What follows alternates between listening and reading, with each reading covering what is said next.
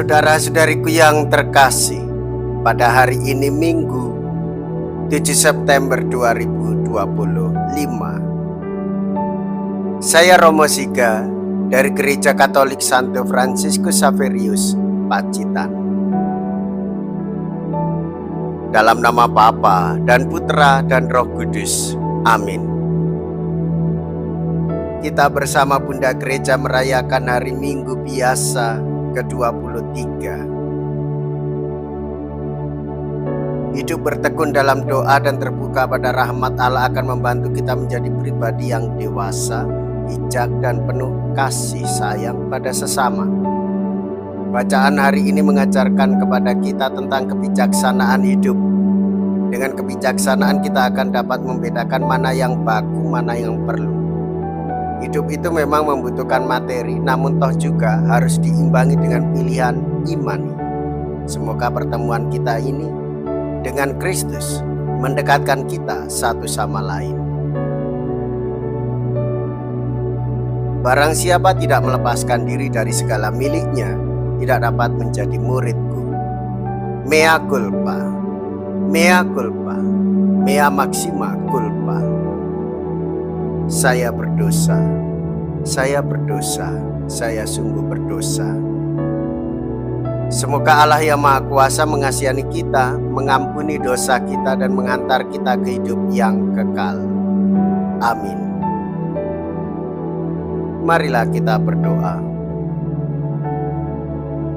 Allah Bapa sumber kebijaksanaan, utuslah roh kebijaksanaan-Mu kepada kami, agar kami dapat memahami kehendak-Mu serta melaksanakannya dalam hidup kami sehari-hari. Ajarilah kami untuk berani menyangkal diri dan melepaskan segala sesuatu, agar kami dapat menjadi murid-murid-Mu yang sejati.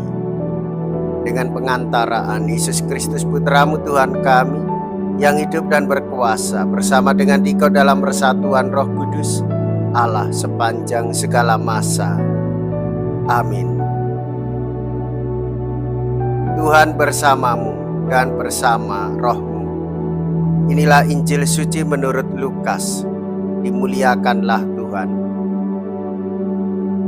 Lukas bab 14 ayat 25 sampai dengan ayat 33. Pada suatu ketika, orang berduyun-duyun mengikuti Yesus dalam perjalanannya. Sambil berpaling, Ia berkata kepada mereka, "Jikalau seorang datang kepadaku dan ia tidak membenci bapaknya, ibunya, istrinya, anak-anaknya, saudara-saudaranya laki-laki atau perempuan, bahkan nyawanya sendiri, ia tidak dapat menjadi muridku. Barang siapa tidak memikul salibnya dan mengikut aku, ia tidak dapat menjadi muridku. Sebab siapakah di antara kamu yang kalau mau mendirikan sebuah menara tidak duduk dahulu membuat anggaran biayanya? Kalau-kalau cukup uangnya untuk menyelesaikan pekerjaan itu. Supaya jikalau ia sudah meletakkan dasarnya dan tidak dapat menyelesaikannya, jangan-jangan semua orang yang melihatnya mengejek dia sambil berkata, 'Orang itu mulai mendirikan tetapi ia tidak sanggup menyelesaikannya.' Atau raja manakah yang kalau mau pergi berperang melawan raja lain tidak duduk dahulu untuk mempertimbangkan apakah dengan 10.000 orang ia sanggup menghadapi lawan yang mendatanginya dengan 20.000 orang?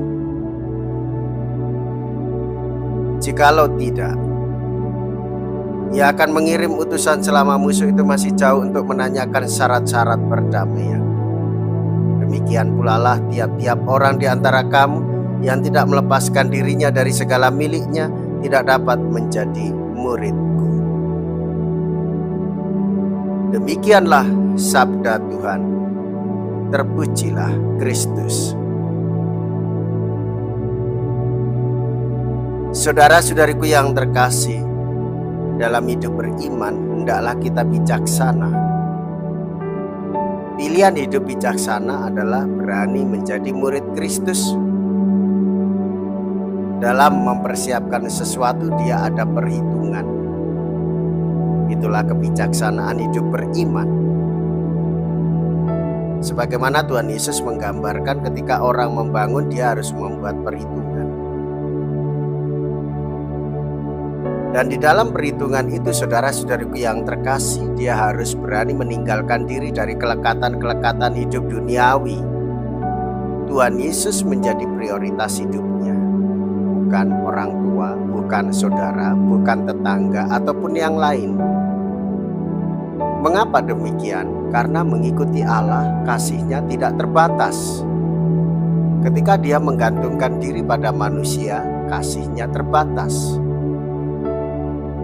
Mengasihi Tuhan dan mengamalkan perintah-Nya menjadi yang utama dan harus dilakukan lebih daripada mengasihi keluarga. Jika kita hidup oleh karena kasih Allah, sumber kasih tidak akan pernah habis-habisnya. Sehingga kita tidak mudah mengeluh, tidak mudah berprasangka buruk, tetapi terus-menerus meskipun orang lain membenci, menaruh iri, dan menaruh dendam, kita tetap terus melayani dengan ketulusan hati, tanpa pamrih maupun tanpa keinginan yang bersifat sesaat. Mengasihi Allah sudah pasti mengasihi sesama, dan itu harus diwujud nyatakan dengan kebijaksanaan. Marilah kita berdoa. Allah yang Maha Kasih penuh bijaksana, semoga dengan menyambut tubuh Kristus kami Kau mampukan untuk memahami kehendak-Mu. Buatlah kami siap sedia untuk mengikuti putra-Mu, agar kami dapat menikmati kebahagiaan sejati, baik di dunia ini maupun kelak di akhirat. Sebab Dialah Tuhan dan pengantara kami. Amin. Tuhan beserta kita, sekarang dan selama-lamanya. Semoga Allah yang Maha Kuasa memberkati saudara sekalian, Bapa dan Putra dan Roh Kudus. Amin. Saudara-saudariku yang terkasih, pergilah. Ibadah sabda sudah selesai.